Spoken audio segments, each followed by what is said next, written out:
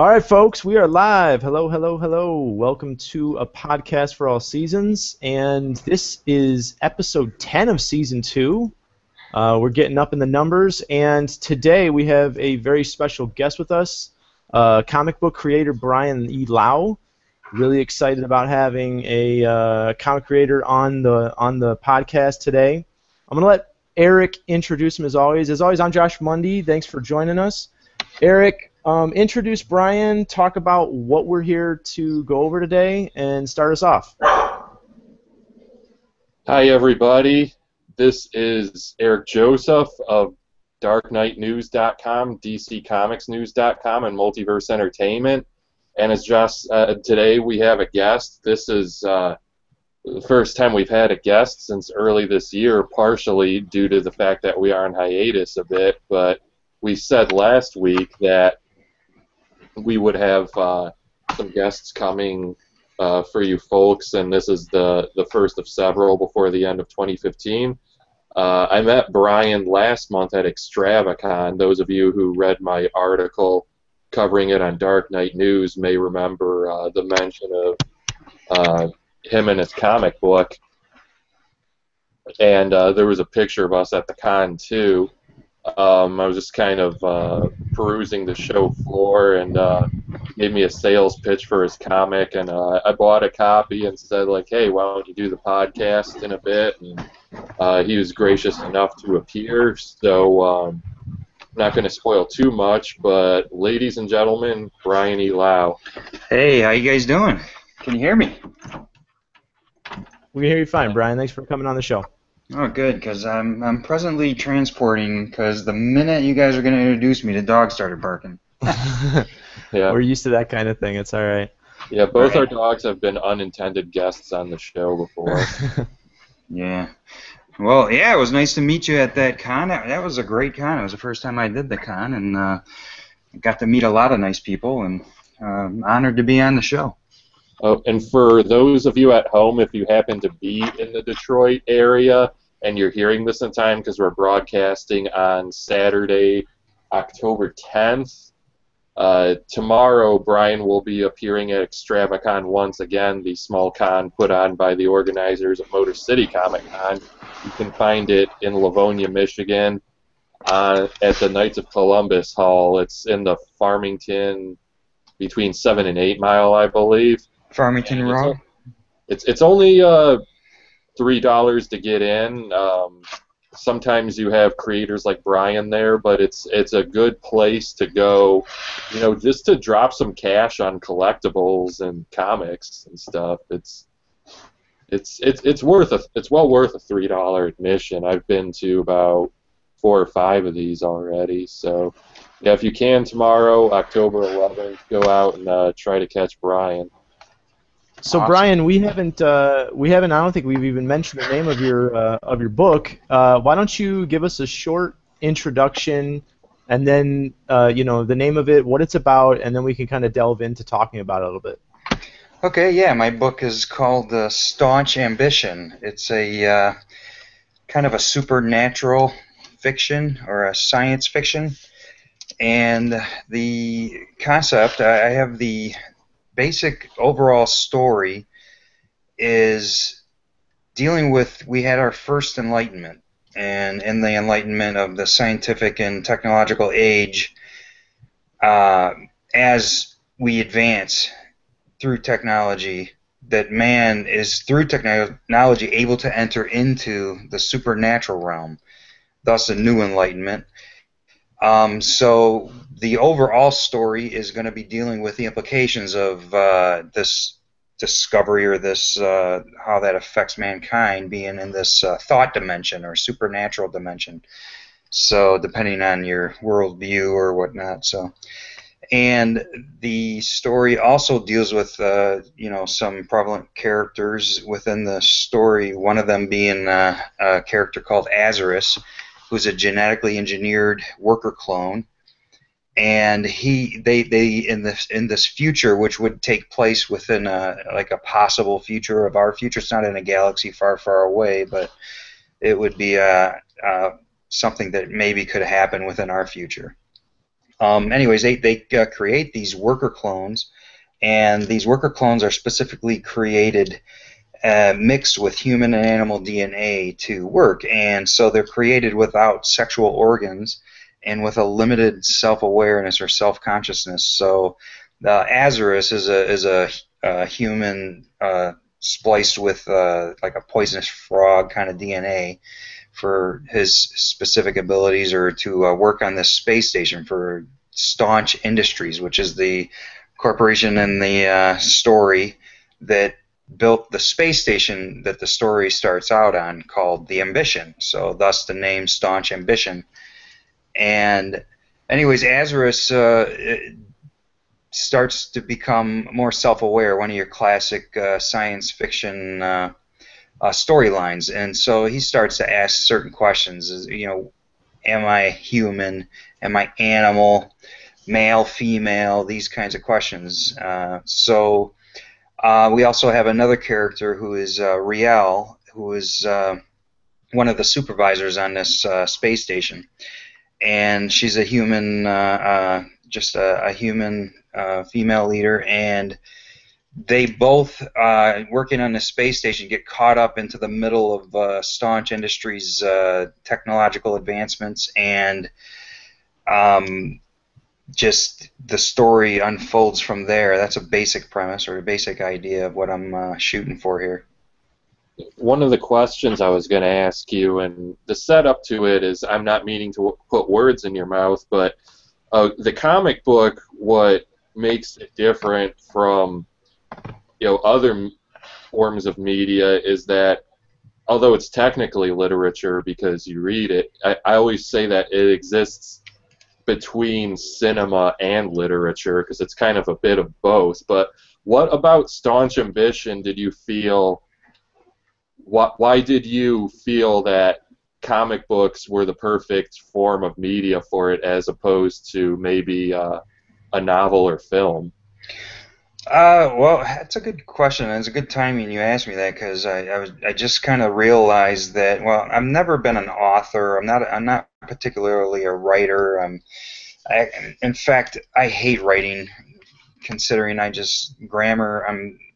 I'm not the greatest speller. Grammar I'd be bad at. So, but I love telling stories, and I'm an artist, and so comic books or graphic novels is pretty much where one of my passions, and where I think my storytelling ability would be best suited. So, and then also, considering I'm not a writer by trade, I thought it would be better if I co-wrote this story. It's my idea and a creation that I wouldn't let me go. But I didn't feel comfortable just writing it out the gate on my own, so I found a published author, John McNichol, and so John and I are both writing this together. And so I think comic books, because I'm an artist in sequential art, is it's a great way to tell and convey a story. So. Now, you've had some rather notable artists help contribute to this project, even if it's just cover art. Would you like to give them a mention? Yeah, I figured as an independent artist that I wanted to kind of get out there and get somebody or some people who have some kind of a following or establish themselves in the industry. So I have Koi Pham, who has worked with Marvel a lot, and now with Disney. I think he did Thor a few years ago. Okay, Thor, and I think he's worked on the Mighty Avengers, and he's worked on a lot of stuff. And anyways, so I was knocking on the doors and looking around for some to see people who I liked in the industry, and to see if they would be on board to do something for this project. So Koi Pham was impressed and said that he would do something. So we have a poster, and I have a flip book for my preview issue, so he did the one side, the cover. Very comic booky style. This book is more of a sci-fi, like I said, but so I didn't want to do the superhero comic book style as much, but not that it's bad, but so he did a great cover that Like I said, I have a poster of. Freddie Williams, who is what's funny is I was going to the library doing research and I picked up a book. I think it was called How to Digitally Do Comics the DC Way or something like that. And then I was had sent Freddie Williams a message, and he had said that he would love to do a cover, and he's been great. He gave me advice. We talked on the phone. And he did his piece so amazing that it had to be the cover to issue 1. Right now, I'm presently putting color to it, but I would say what he did is as good, if not better, than Barry Windsor Smith or Arthur Adams.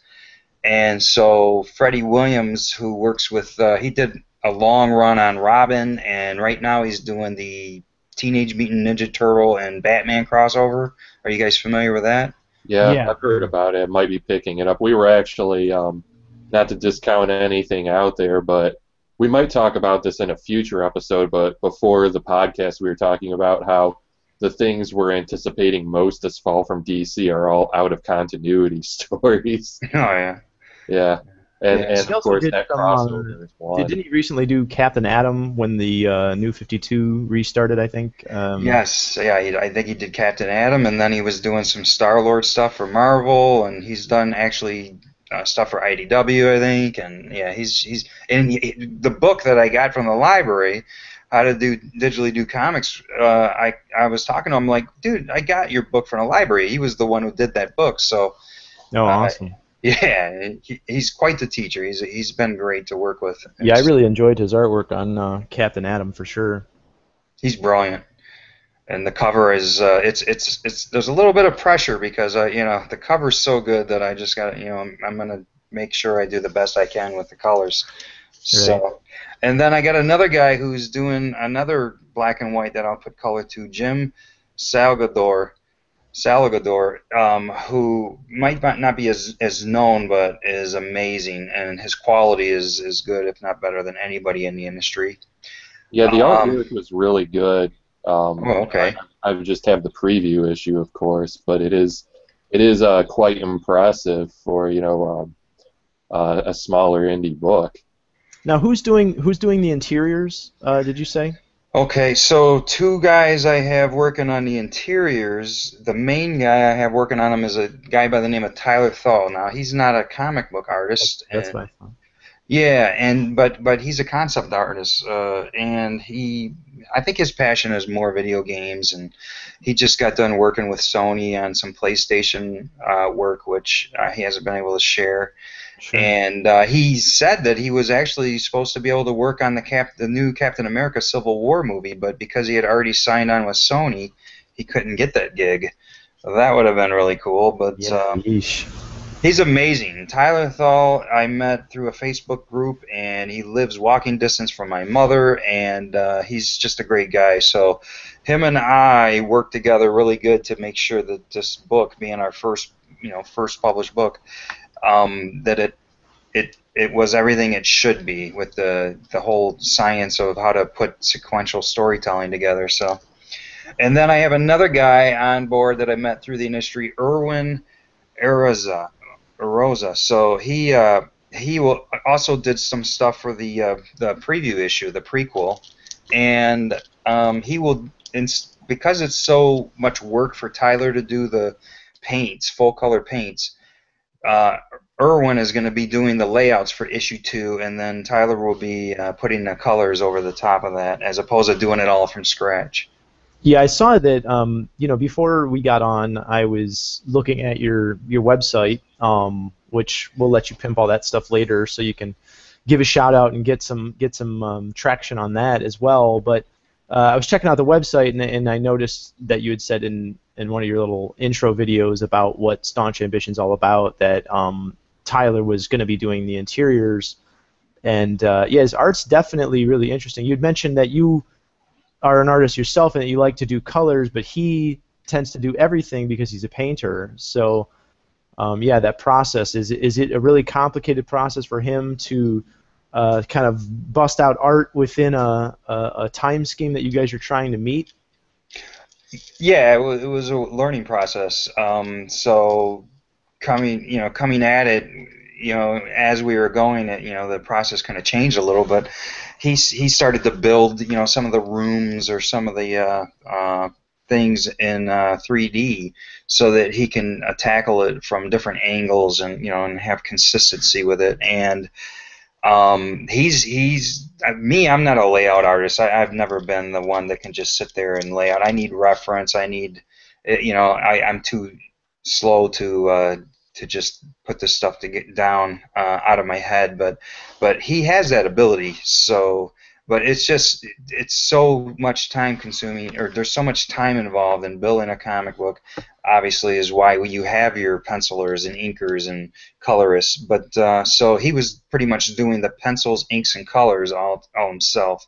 So he put a lot of work into that, and we went back and forth on the layouts. So this next go around will be much easier because if we got someone doing the layouts, which is a huge part of the art page, then to put the colors over the top of it, it's a lot less work for Tyler in particular. I wanted to mention something that I noticed when I was looking at your website, and it's that you have a lot of poster art and print art ready to go as far as samples of things people have done, and you've had it done by quite a few artists that are at least on here, and it sounds like you've had even more work on your book that aren't in this list of several sketch artists doing the character of Azarus.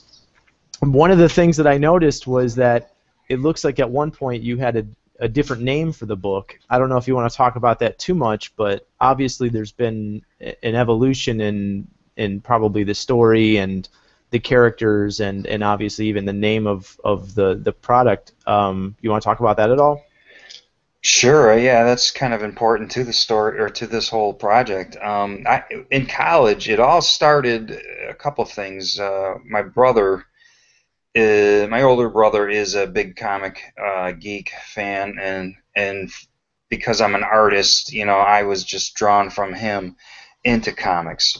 And he loved Dungeons and Dragons, and I don't know if you ever heard of a game called Champions, but it was very like Dungeons and Dragons, but a role-playing game for superheroes. So in college, I had to do a cover, comic book cover for an assignment, and so I kind of was looking for an idea, and I saw one of these characters my brother had developed for the game Champions, and it was just they had a generic front view of a muscular man standing there, and you would kind of just color over the top of it some character if you wished, and then on there you had all the specs and all the powers and disadvantages.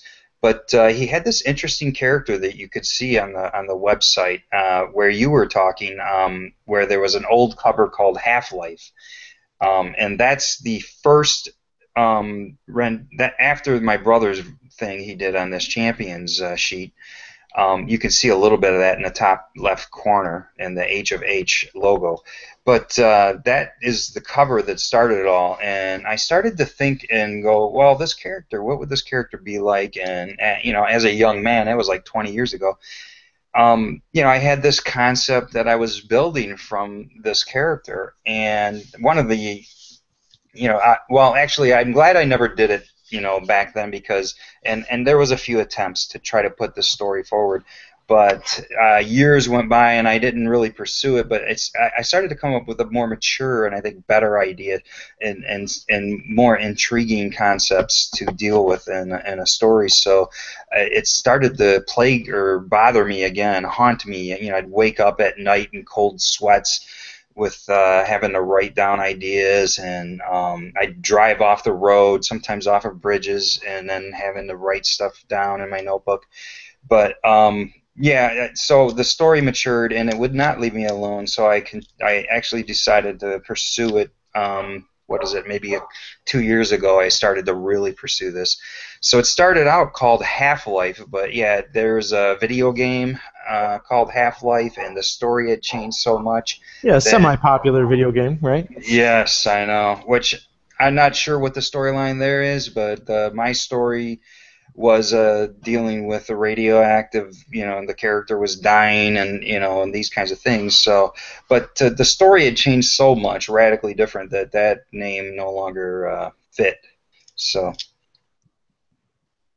All right. Well, that's definitely a broad answer to a specific question. But as you've developed that particular story and character, I can see that the art has significantly changed. Has your attempt to get looks like sketches from a lot of independent and not independent, published artists? Has it developed your characters at all in any way? Well, actually, one of the sketches by Trent Kanuga, who worked with Marvel a little bit on Ghost Rider for a while, and he's more of an independent comic creator. When he was young, him and I were doing the Motor City Comic Convention. I mean, this was back when it was at the Dearborn Civic Center.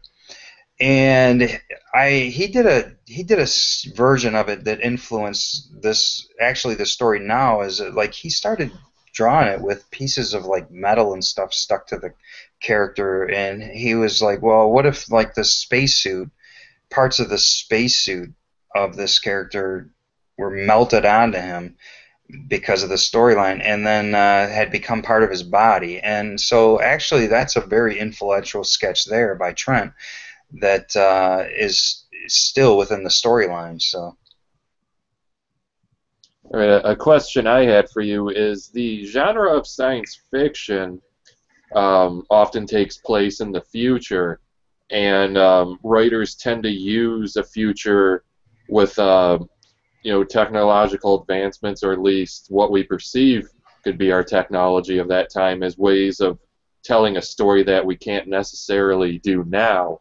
But it often draws parallels to the certain time and has maybe a moral or cautionary tale. Is there anything with Staunch Ambition you're trying to say that kind of ties in with our time frame today, or is it just a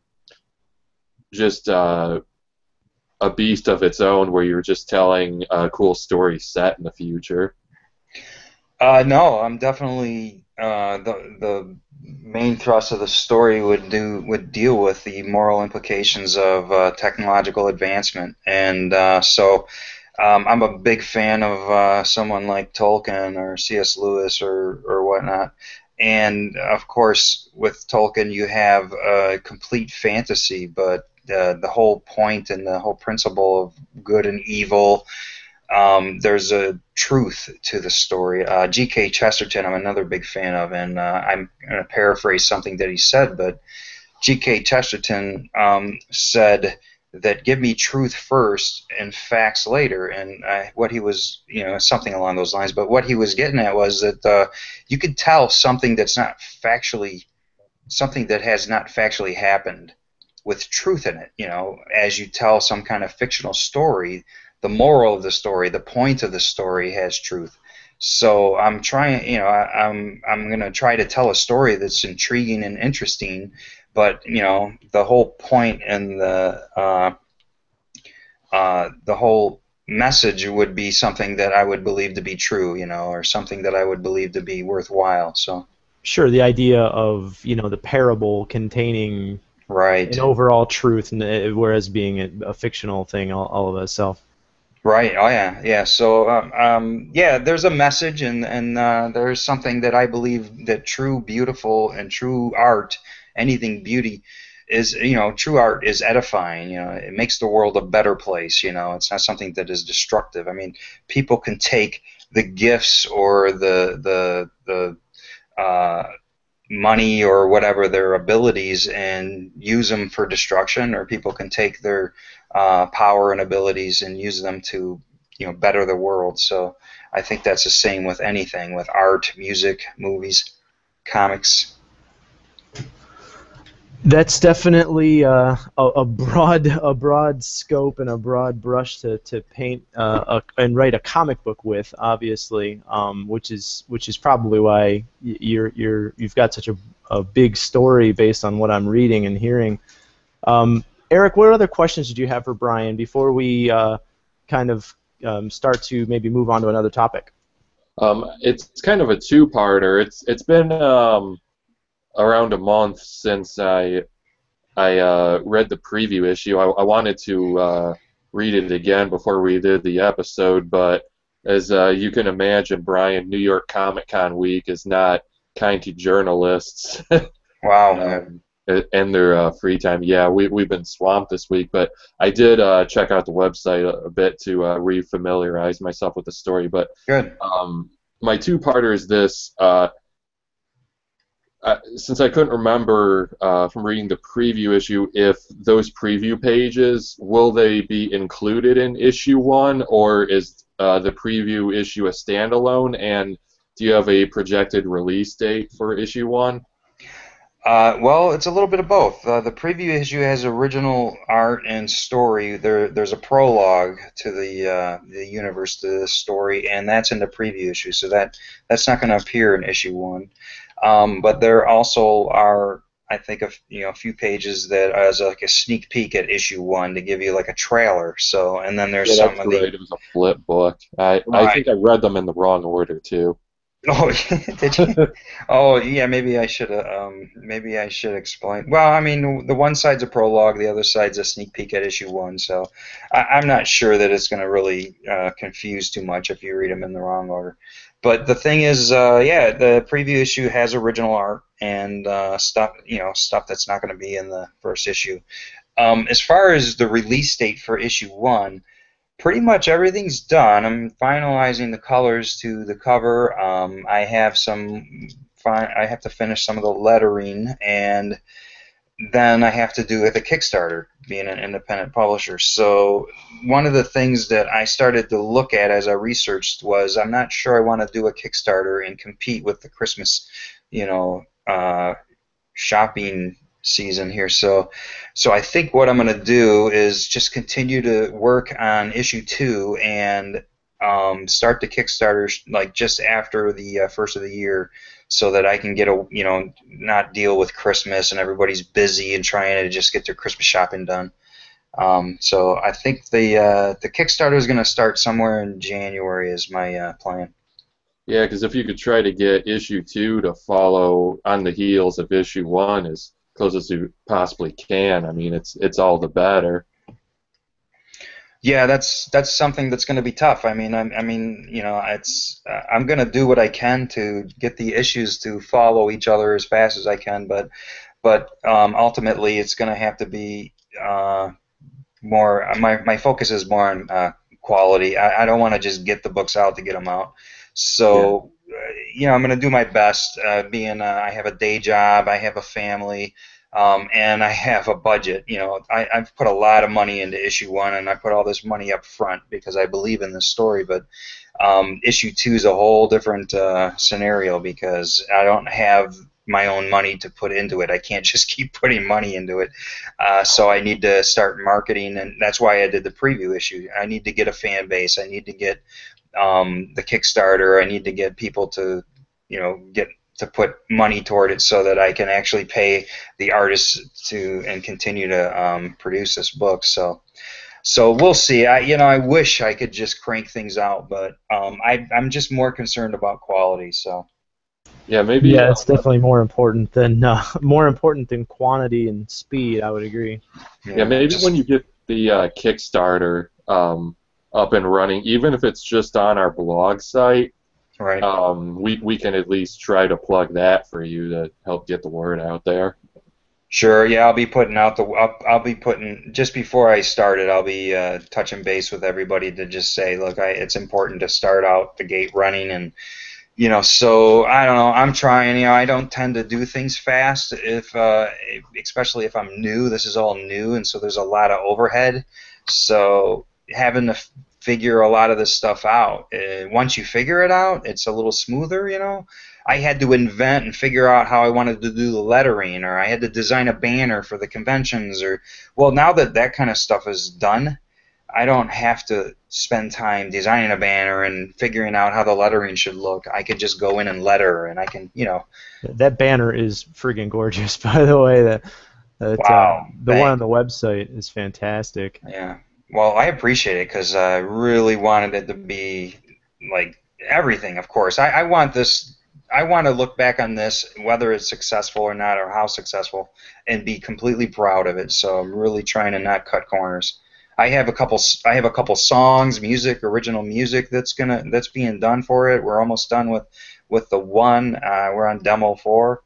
So I'm just trying to do something that I think is inspiring and that I'm proud of. Yeah, it sounds like you really have, you really have a broad universe in mind.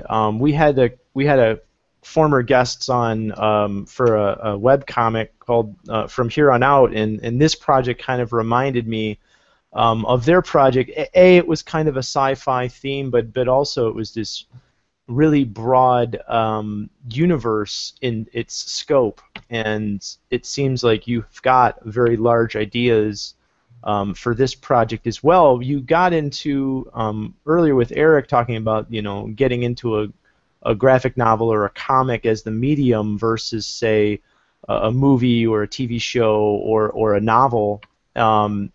But now you're bringing in music into the play, so it sounds like you really have this whole cinematic idea in your head. Oh yeah, definitely.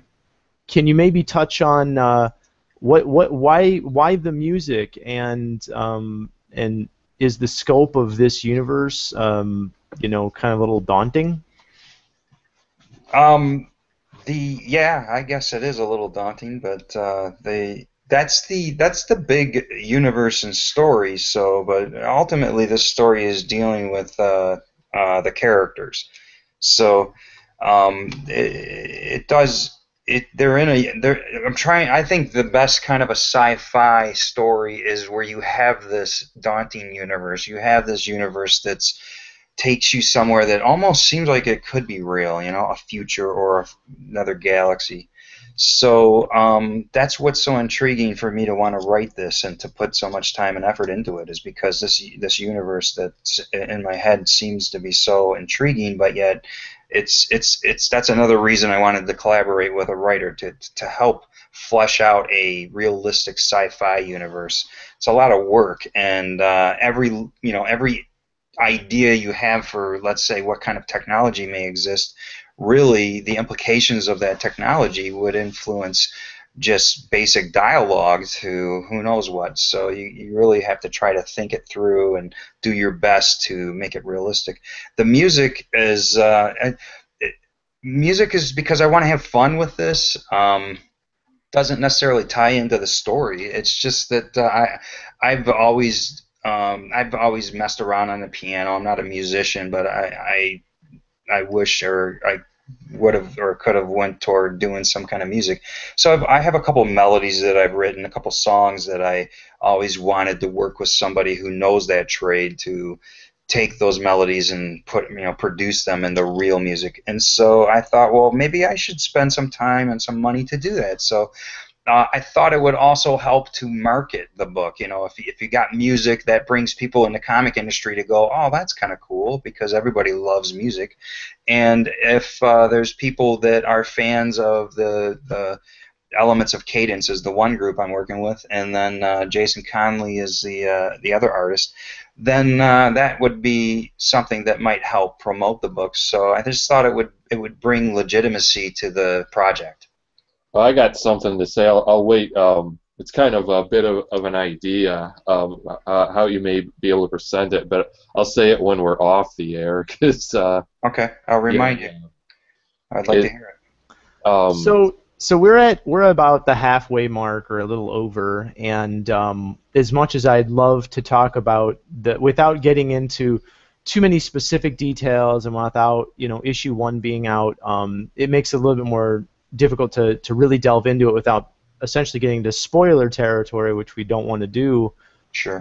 We don't want to beat a dead horse and keep asking you so many questions with similar answers.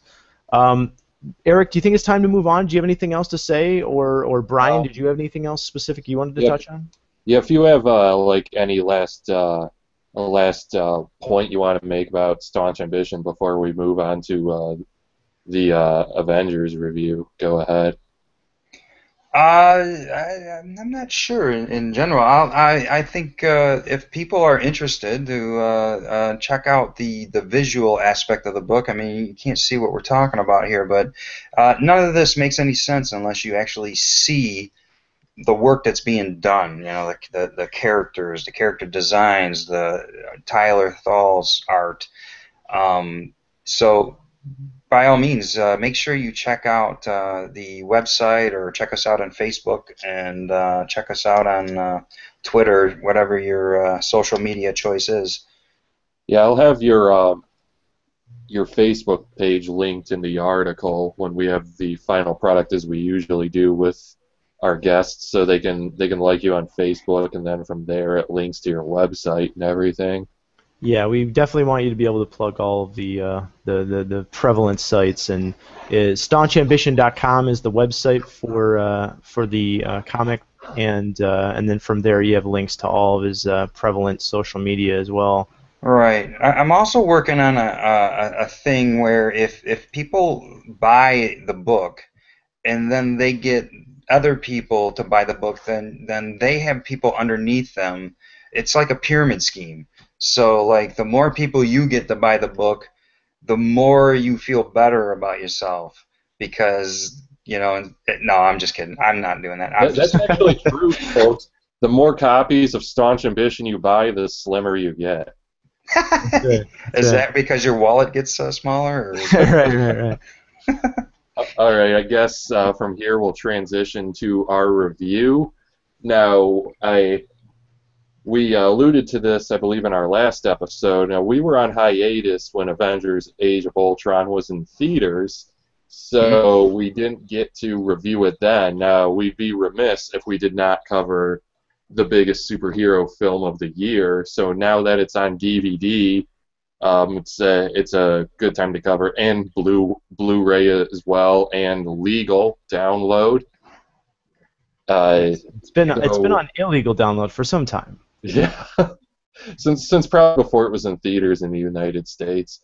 But although the three of us have not seen it since it was in theaters, we have a good memory mostly of it, and I saw it twice, and I of course saw the Honest trailer, which kind of summed things up well. So I'll get us started. I'll give my verbal review, and then turn it over to Brian and then Josh, so we don't have our guest waiting in the wings for too long. So yeah, when it comes to Age of Ultron, it was definitely, I would say, the second strongest film of Marvel's Phase 2. My favorite overall still goes to Captain America Winter Soldier. It had a lot of good action scenes. I did like that they focused a bit on character a little more in this one, even though they kind of threw us that curveball of the Bruce Banner Black Widow romance, which was kind of out of place, and I'm sure I'm not the only one that felt that way, but it was a solid film. I think Ultron could have been a bit more sinister in a sense, because I thought he was a bit too comedic at parts, and I still do not like the fact that he was singing songs from Pinocchio just in time to promote the film's 75th anniversary, which is why I'm thinking if they ever somehow get Namor the Submariner in these movies one day, because I know he's tied up in legality because technically Universal Pictures has the rights to him, that I fear they're going to sing Under the Sea from Little Mermaid. Ridiculous. But they should. It was. Exactly. That's good product placement. I don't feel that I enjoyed it as much as the first Avengers movie, because I don't want to fall into that trapping of saying once you do something it loses that special nature. But the first one did have that thing where it was the first big live-action superhero team-up, and though, I mean, technically the X-Men are an ensemble, but they're just kind of their own entity. Some of the magic was gone, and they did kind of use the same things again. Like, again, I point to the Honest trailer for the movie, which those are always entertaining and pretty spot on. They kind of, once again we had mind control. Once again we had, Loki's scepter. Once again a Thanos tease, and then fighting a faceless army. But I'm kind of at a loss for words here. But overall, I would give the film about an 8 out of 10. It was still good, and I think that they should have focused on this as a film in its own right and only setting up Infinity War, because they tried too hard to set up Captain America Civil War. But at the same time, I think it was important that they at least showed some dissent between Tony Stark and Steve Rogers, which they did do, but I don't think they really had to try to set up Thor Ragnarok as much. And I kind of wish that we did get the extended cut that they first promised us on DVD, because if you folks may remember, Joss Whedon originally filmed what could have been a 3-hour cut, which got cut down to 2 hours in theaters because they know, families, people at large are going to see this, so they don't want to have something that's... You don't want your 5-year-old in the theater for 3 hours. Yeah, that makes sense. Yeah, they don't want to have that, but then when they announced the DVD, they pretty much said, okay, we didn't feel like making the 3-hour cut, but we'll have the deleted scenes. But when it came to the stuff with Thor and him going off on his own path at times in the movie, I feel like there were parts with Thor that were very obviously not in the movie, and then he kind of shows up at the end. Maybe if I get to see the deleted scenes, it'll tie things together for me, but it was still rather coherent. It wasn't like the theatrical cut of Daredevil from 2003, where there were just obviously big chunks of the story missing, and then when you see the director's cut, it's like, okay, now that makes sense, and it was like a full 30 minutes longer, and I hope my thoughts are sounding coherent as I'm pulling this together. Sure. That's why I'm a better writer than I am a podcaster, and I freely admit that. It shows, Eric. It shows. I just I would like to point out I thought Quicksilver was cooler in the X-Men than in the Avengers. Now people will say he was a more fully formed character in the Avengers, but sometimes less is more. And that short point, he was in Days of Future Past. Oh yeah. They made that time count, and he was the show stealer. And you can remember all the hypocrites who were like, "Oh, this movie's gonna suck because I don't like his costume," and then everyone's talking about how much Quicksilver stole the show. That's why the same people are saying, "Oh, X-Men Apocalypse is gonna suck because I don't like the way Apocalypse looks." Don't judge a movie because of the costume. And I do like, Quicksilver was likable in Age of Ultron, but it also they did film scenes where he lived, and I can understand maybe they went with killing him off because they realized they were doing something at the same time as Fox was doing with X-Men. Did we give a spoilers indication before we started doing this review? Well, if you haven't seen the movie, it's been out for 5 months, so we're gonna talk spoilers here and there, but. Can I say that that Quicksilver sequence in X-Men is one of the greatest moments in cinema history, let alone just comic books. That's why I think he stole the show. Yeah, it was great use of even maybe, if we want to call it bullet time in a way that wasn't even available for the Matrix movies to do at their time. But I just think that maybe since Quicksilver is supposed to be in the next X-Men movie, that maybe Disney just didn't want competing Quicksilvers, and they have enough characters, and now they have the Scarlet Witch, and it seems that even though Fox has the ability to use the Scarlet Witch, they're not going to.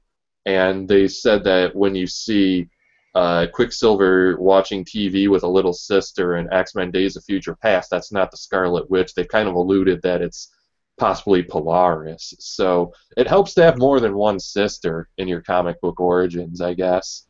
So both studios can use different characters from here forth. But I know that Disney's Quicksilver wasn't as fast as Fox's, and that's what I kind of think.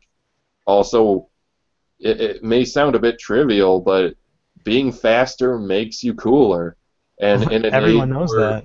where we have the Flash just doing amazing things on TV week in, week out, the Avengers Quicksilver was the odd speedster out when it came to coolness. So I know I don't know. Is there a superhero that is like the slowest? Like it's cool because he's completely so slow. Well, there was if That would be The awesome. snail, is it? No. the one, if anyone's read All-Star Superman, this was not in the animated movie because you can only fit so much in a film. When Superman, goes to the Bizarro world, there's a Flash there that's the slowest man alive, and he's like barely moving. That's And brilliant. then Batman in that universe killed his parents. Oh, jeez. So, but yeah, I won't Nice. elaborate too much since we have 3 guys on the show this week. So yeah, maybe we'll chime in if certain things we say jog one another's memory. But in short, I was satisfied with Avengers: Age of Ultron, though not as much as the first one. And obviously, we're going to all go see Infinity War in 2018. But solid flick. Pick it up on DVD or Blu-ray if you can. Again, 8 out of 10. So I'll turn it over to Brian now. Your thoughts on Age of Ultron? Well, I guess I'd like to just say that this movie was great. That all these comic book movies, we have to not take for granted, I think, because I tell you what, my brother and I growing up, we had nothing like this. We had Howard the Duck as probably the best attempt, and then if you hadn't done yourself a favor and go see on YouTube some of the trailers for the 1980s Fantastic Four or the Punisher or the Captain America movies, that's the best they could do. So these movies are phenomenal. So I just want to make sure that it's almost too easy to take for granted because there's so many of them coming out now. Yeah, it's an embarrassment of riches. Like it or not, Yes. the fad will pass at some time, so savor it. Some characters will endure, but not all of them are going to. Right, and but when you get a movie like this, Avengers 1 and 2, these movies are exceptional, and I actually preferred Avengers 2 over Avengers 1. I think you're right. Avengers 1 accomplished so much because it was the first one and it did it so well with this team, this ensemble, and then it had such great character moments. It's visually stunning. I just feel like the ending of the first one was a little, it lacked a little bit. But this second one, I just really loved.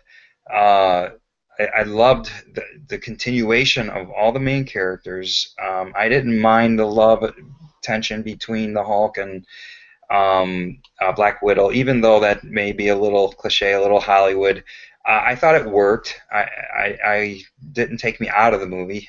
What I really agreed with you on was the way you feared, the way Hulk is conveyed in these movies is there's a sense of complete terror and fear, and it's so well done. The Hulk is such a powerful character and should be done that way. Ultron should have been done that way too, and he was not. Ultron was too quippy, too silly, and I did not fear him. But when I was young and read Ultron in the comics, he was one of the most impressive villains that I remember as a youth. So I don't think that they didn't. I don't think that they missed on Ultron. Ultron was still brilliant. It's just I wish that he was. He would strike me with more fear, even though he was effective. And I did like the ending and the Quicksilver death. I thought was moving. So I think it delivered on all the aspects. I'm a Josh Whedon fan. I think he's written one of the greatest comic book stories recently with his run on Astonishing X-Men 1 through 25. I would love to see that made into a movie, but So I just think he's a perfect choice, and he knows what he's doing, obviously, and he just made two amazing movies. And unfortunately, he's not going to make the third. Isn't that right, Eric? Yeah, the Russo brothers who did Captain America: Civil War and Winter Soldier, they're going to be doing Infinity War Parts 1 and 2, which in a way makes me excited because, again, Winter Soldier was my favorite thus far, so I'm looking forward to seeing how they handle it, because, yeah, Joss Whedon is now pretty much done with Marvel Studios. Part of me thinks he's going to do a DC movie before the decade's over, because I know he still wants to play in that toy box, but do you have like a score, like on a scale of 1 to 10, that you would rate the movie, Brian? I think I might agree with you. I think somewhere around 8 out of 10 actually kind of works for me. Like I said, I'm not taking these movies for granted, and even though there's a plethora of these out there, this movie it's a great movie, and it delivers on every aspect of filmmaking. So 8 out of 10 works, I think, really well. Yeah, I think you actually touched on a really good point, and I'll only mention it briefly. It's, if you're a fan of, say, fantasy or Tolkien, and you've been a fan for the last 50 years, you've only very, very recently got, a great cinematic portrayal of that universe, and Right. Now it's been done and it's gone essentially, and maybe they might eventually try to peel back other parts of that universe. But yeah, comic Yeah, I books. wouldn't doubt if we get a Silmarillion trilogy. Yes, yeah, something like that. But outside of Superman the movie and Batman '89, there just really wasn't any high quality successful superhero film. So if you're a fan of anything other than Superman or Batman, you just weren't getting it on film. Right. But you're saying those Captain America movies from the 70s weren't just masterpieces? Bendable Shield and Or the Japanese Spider-Man show or whatever it was. Yeah, the Captain America 2 from the 70s with those dastardly punks ruining his kitty painting, and then the flimsy shield. I thought it was funny. There's a point in the movie where dogs attack Cap, but you can tell they're very obviously trying to play with him, and their tails are wagging. And the tails are wagging. You have a much better memory of that film than I have. I think I've pushed it out of my memory. Geez, I wonder why people had this image of comics, and that's one of the things is I wasn't sure I wanted to call my book a comic book because of a couple reasons. A lot of people conjure up these old ideas of what a comic book is, hokey and not serious, and so even as successful as the old Batman TV show was, I mean, that's what people always would associate with comic books. Is this just like kind of corny and and with Batman specifically, I agree. Yeah, and it's taken a long time to break away from that. Even still, though, people have that idea. Yeah, I don't want to get too far on a tangent because I want to let Josh finish his review in a moment. But like even today, me and a few of the staffers at Dark Knight News were talking about how Batman the Killing Joke animated movie might get an R rating because Warner Brothers has okayed that it could get an R rating. It just matters if the final content warrants an R rating. But we were saying that I was joking like they're still going to file it in the children's section at chain retailers because you go there and it seems like the retailers don't screen for content and they don't look at the MPAA ratings, because if anyone's seen like the animated movies for like Batman versus Robin or The Dark Knight Returns or Batman Year One, you don't give those movies to 5-year-olds. There's just this misconception that, oh, it's Batman and it's animated, it must be for children, right? And it's like, no, there's cartoons that are appropriate for all ages. There's ones done for kids and there are ones done for adults, and they need to file these movies accordingly, and I guess that's what they don't do at corporate for these retailers, because a few years ago I had to talk a mom out of buying Batman Year One for a 5-year-old. Of course, the Catwoman I hate Batman. Catwoman short on that DVD was even more mature than what you would see in Batman Year One itself, because I mean it'd be an awkward conversation to have with your 5-year-old. Mommy, what's sex trafficking? Yeah, exactly. But yeah, they need to file these accordingly. But okay, I at least it's not a bad point to go off on a tangent. But yeah, I'll throw it back to you, Josh. All right, so you know I like to run it by the numbers, and one thing that I think is really humorous about when we talk about Age of Ultron, I don't know if Brian was aware of this, but me and Eric definitely had talked about it at times, is that Marvel slash Disney or Disney slash Marvel, however you want to cut it, it's seen Age of Ultron as a less than lucrative financial success. Yeah. But what's really amazing to me is I actually hadn't paid attention to the numbers, but it absolutely knocked it out of the park in its foreign grosses. It did almost $1 billion in foreign grosses alone, and it ended up with a 1.4 billion. It's the sixth highest grossing film of all time. So I mean, any way you cut it, whether you loved or hated this movie, it's a gigantic success. It made 100 million less than Avengers, which they saw as a runaway success, and no one's arguing that whatsoever. So I mean, Avengers is definitely up there, with the big boys as far as being one of the best in terms of successfully financially lucrative movies of all time. Now, yeah, critically, people didn't care for it as much. Brian, you mentioned that you liked it more.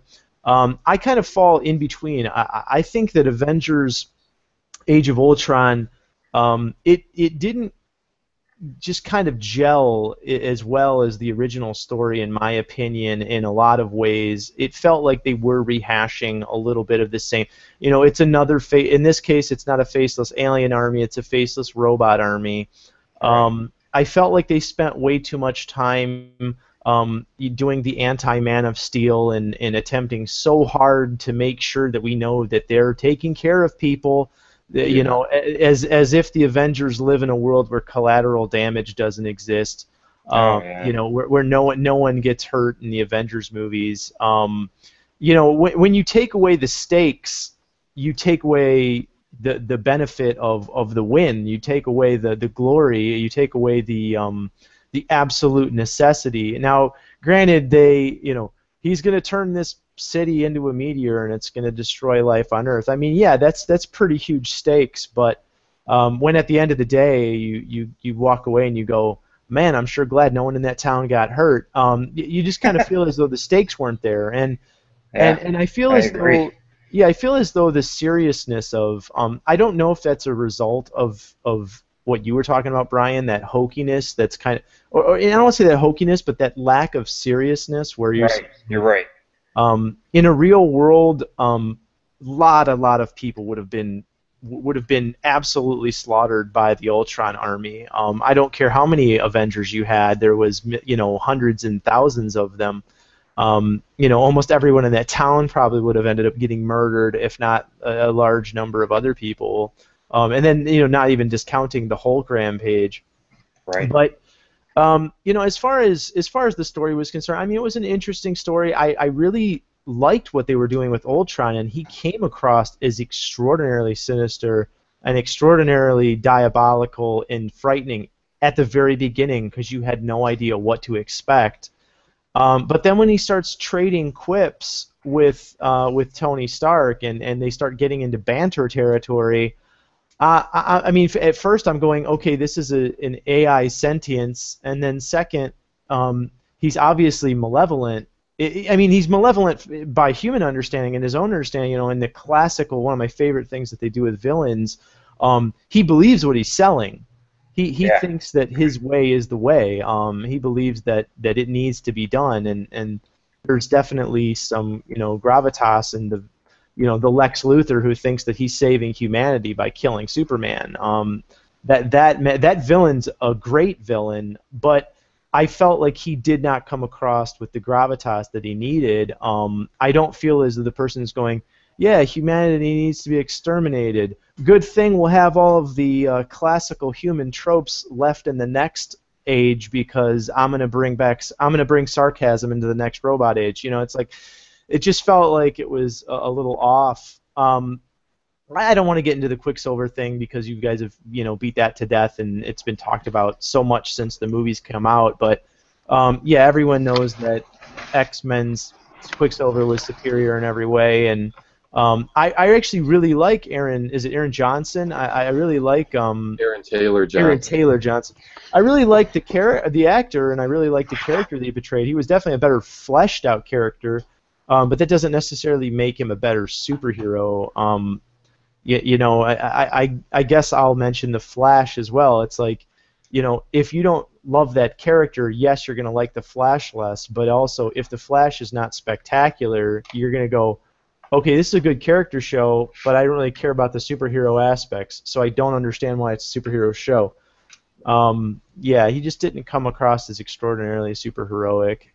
Plus, his powers were really wonky. He was like super, super fast at other parts, and then super slow in other parts. Like, it didn't quite make sense. But overall, I enjoyed the movie. But the best thing I think Age of Ultron did was its world building. They really flushed out a lot of the Marvel universe in that movie, and I feel like they did it from a point of necessity. But it was simply because they had to. They ended up having to. They ended up having to essentially build for the next Civil War. They had to build for Thor Ragnarok, and it made it really good for that. But in terms of an overall cinematic experience, it felt like it was taking us out of the story proper. And we talked about it at least a few times when we mentioned a couple other projects, Eric, where it was like, if they didn't spend so much time building this other universe or talking about this other thing, the story that they were trying to tell might have actually got out. I can't think of a specific example right now, but I feel as though they did themselves almost a disservice by not really laying into the story proper. It's kind of like, you can't spend an entire movie setting up another movie. It was one of the pitfalls of Spider-Man 2, Amazing Spider-Man 2. You can't set up the Sinister Six the entire movie. And yeah, that was an example. They set up a Sinister Six movie a little too much. That's never going to happen now. Right. Well, now is it not only never going to happen, but also it's like in the meantime you've bastardized or diminished what could have been a really good work, and I think it's just one of those things where they did themselves a disservice in trying to relay too much on that world building. Although it was one of the more interesting things about the film, in my opinion. But overall, I really liked Age of Ultron. I just think that they could have done several things better to put it into that 9.5, almost 10 out of 10 that I thought Captain America 2: Winter Soldier was. I think it was a solid 8. It didn't really start to excel into that true cinematic excellence, of a movie that I will go back to, years from now. And I watch Captain America every few months or so, maybe 5 or 6 months. I'll pop in Captain America, and now I'll pop in Captain America 2. Every once in a while I'll watch Iron Man, but I'm not popping in Iron Man 2 or Iron Man 3. I actually don't mind the original Thor. I thought it was a decent film, but I'm not putting in Thor. I'm not watching Thor 2 on any type of regular basis. Those movies didn't speak to me on that level. In a conversation recently with someone, I may have intimated it on this show, but although Winter Soldier, a Phase 2 movie, is my favorite, start to finish, Phase 1 was better, I think, for just having one quality movie after the next, because I think Iron Man 3 and Thor: The Dark World missed the mark in certain respects, and then I loved Winter Soldier. I liked Guardians the first time I saw it, and now I don't really want to. Then I should say I watched it again, and now I don't really want to ever watch it again because I just see everything wrong with it. You're a lot harsher on Guardians than I am, but I guess I need to see it a couple more times. I've only seen it twice, and yeah, I also think part of it, and this is much a discussion of for another day, but in short, Phase 1 was a product of Marvel itself when it was its own studio. They basically put everything they had on Iron Man 1. if Iron Man 1 didn't succeed, Marvel as an entity might not even be around. You know, it was done through Paramount Pictures. Then Disney bought Marvel, and eventually a few films were a joint venture with Disney and Paramount, but then Phase 2 was kind of Marvel and Disney, and we kind of see that there's more of, you know, more of the quips here and there, more comedic, with the exception of Winter Soldier, which was more of a serious film. And then now Civil War, it seems, is the last that's kind of that alliance between Marvel and Disney, because now, as some of you may know, Disney has now kind of gotten Marvel Studios away from Marvel to where they have their own Civil War of like Disney with Marvel Studios versus, you know, Marvel. Yeah, we're definitely getting into conversational topics for another day. Yeah. That's the next podcast maybe. Yeah, Phase 3 is going to be pretty much a Disney product, so I'm kind of there's a little trepidation about where things are going to go. But why, Eric? They've got no strings to hold them down. After Civil War, we'll see. Maybe, I don't know, maybe we're going to get Hakuna Matata in one of the movies coming up, so... It's a wonderful phrase. I guess maybe we should start to close it out here. Yeah, let's wrap up. We're a little bit over the hour mark. Brian E. Lau, thank you for joining us. You were a very gracious and appreciated guest. Anything that you'd like to say, mention in closing? Just had fun and glad to be a part of the comic industry, and as the movies come and go, good or bad, we're living in a good time, man. So I look forward to seeing you guys at a convention or through social media, talking through social media.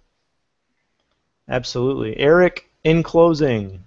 Yes, again, I'll thank Brian for being here, and we'll have to, Josh and I will start getting ideas together for our upcoming episodes, and as we said, we should have at least one more guest before the end of the year, another from comics, yeah, so much bogging me down right now with New York Comic Con. Even when you're not there, there's a lot going on right now. If you're a journalist, so I will plug our sites before we close for all the latest Batman news through all forms of media. Visit darkknightnews.com, and then for the DC Universe abroad, everything having to do with it, visit dccomicsnews.com, and then for miscellaneous news, the backlog of every episode we've done of our podcasts, and to check out my review of Jughead #1, which launched this week, head over to our blog site at multiverseentertainment.wordpress.com, and be sure to like us on Facebook at facebook.com/podcastforallseasons. So thanks for listening, and goodbye. That's a lot to get in one breath. As always, we are very appreciative of our guests.